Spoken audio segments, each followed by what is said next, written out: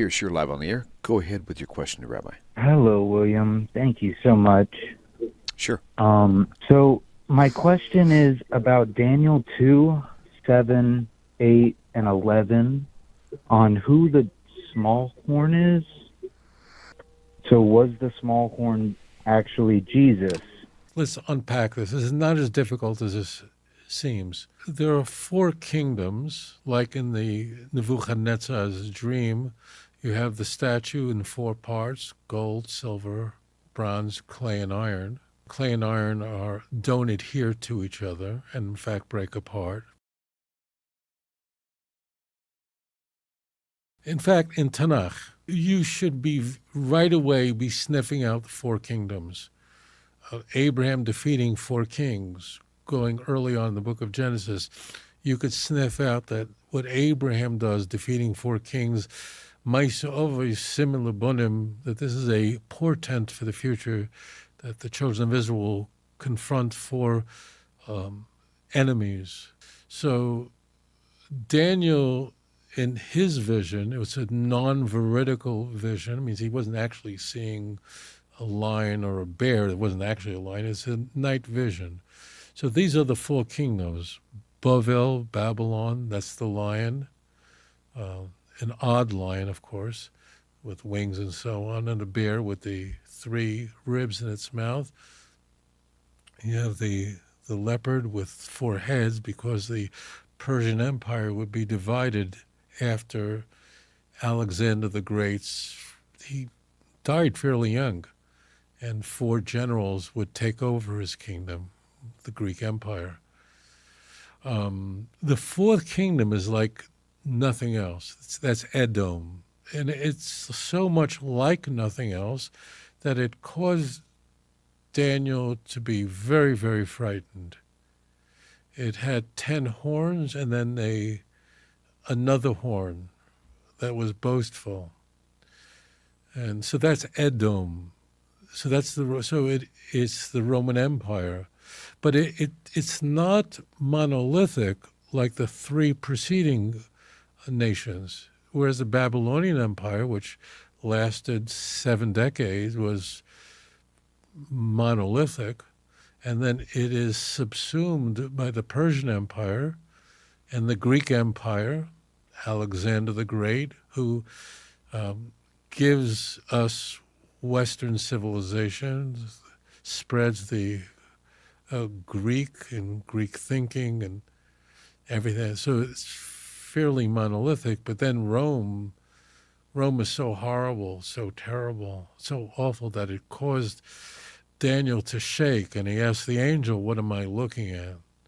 So there's a number of views on what the 10 horns are, but my view is, and it's the consensus view, that these are the 4 emperors. I'm going to modify that in a moment, but I'm going to, for a moment, just call them 10 emperors, beginning from Julius Caesar to Vespasian. Vespasian was the emperor of Rome when the Second Temple was destroyed. Now, the reason I said I'm going to modify that is that Julius Caesar wasn't an emperor, but he was the leader of the Roman Empire. He was the dictator. But we're just going to find a convenient term. When the Second Temple was destroyed, the general was Titus Hirusha, who eventually becomes the emperor of Rome. And he was a Russia. He was the most wicked of all, because he, with his own hands, destroyed the Beis Hamikdash, the Second Temple. And in fact, the arch that sits in Rome today was built in 81 after him. And what is engraved in that arch that no Jew is permitted to walk under, a cutout display of the destruction of the temple and the carrying away of the temple's most iconic symbols, the menorah as an example. And it's there now for anyone who wishes to get on a plane or look up the images. It's there. And I call it a picture rather than just a sculpture. It's obviously, it's cut out, is because it was done, it was created only a decade after the Second Temple was destroyed. So the people who built it, no doubt, saw it or with eyewitnesses. That's why that art of Titus is so important. But the empire, the Roman Empire, which Daniel goes into tremendous detail on, is not monolithic like the previous three and would morph. Whereas the Roman Empire was, in a sense, an enemy of Christianity in Christianity's early stage. Certainly, it's certain that Nero persecuted Christians, and that Christians were persecuted by an emperor towards the end of the first century, probably when the book of Revelation was written. That's probably why it's so fiercely anti-Roman. And the would-be Roman emperors who persecuted Christians, it's not as much as Christians claim, but certainly Diocletian, who recused himself in the early 4th century, persecuted Christians. Christians probably had the hardest time in the first dozen years of the 4th century. But Edom morphs, it changes. It changes to Christendom, the church. And in fact, in the fall of 312, Constantine assigns his victory, a very important victory, to the Christian God and converts to Christianity. And in the Edict of Milan, in the following year, in 313, Christianity becomes a licit religion, and it becomes forbidden in the empire to persecute Christians. Eventually, not then, but as time would move on in the 4th century, Christianity's prominence would increase exponentially to the point that by the end of the 4th century, Christianity is the official religion of the Roman Empire. Judaism was still a licit religion, but Christianity was the religion, the official religion of the empire, and scholars believe that half of the empire was Christian by then. That's quite an increase from maybe 5% at the beginning of the 4th century. But what comes into view is that this final kingdom changes dramatically. It's not monolithic like the others, whereas it begins with Rome Pompey entered Jerusalem in 66 BCE, and it was not Christianity, but it would morph, it would change very dramatically, whereas the empire was hedonistic. We have a lot of literature on this, and definitely not into celibacy. Tacitus writes about this in his lesser-known work called Germania.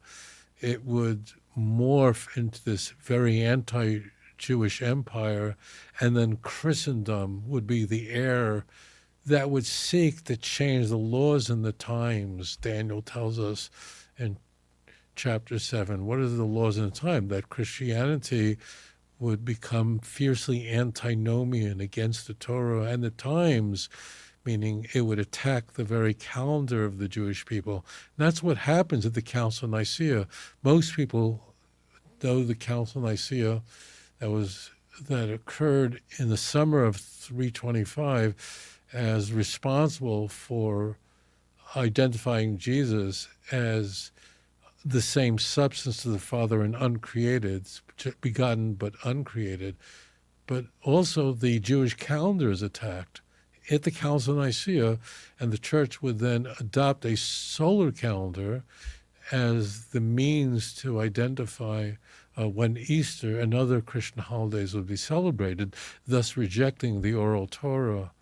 So what's unique about Edom is it's changing, it's altering, it's morphing, always an implacable enemy of the Jewish people, always. But its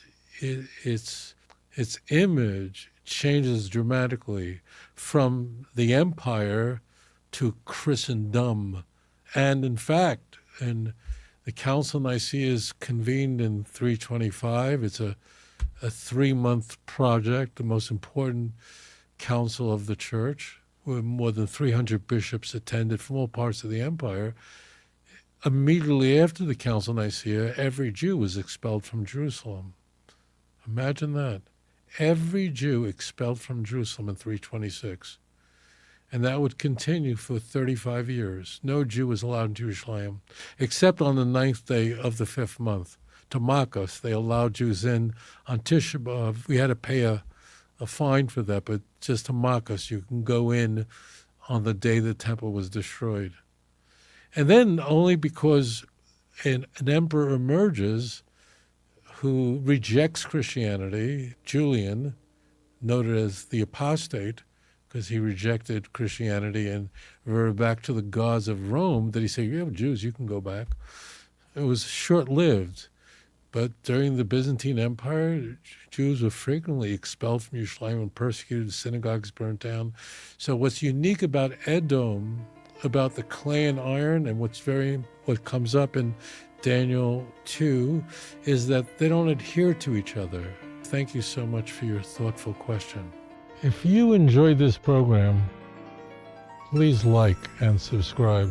אדון עולם אשר מלך בטרם כל יציר נברא ואת נעשה בחפצו כל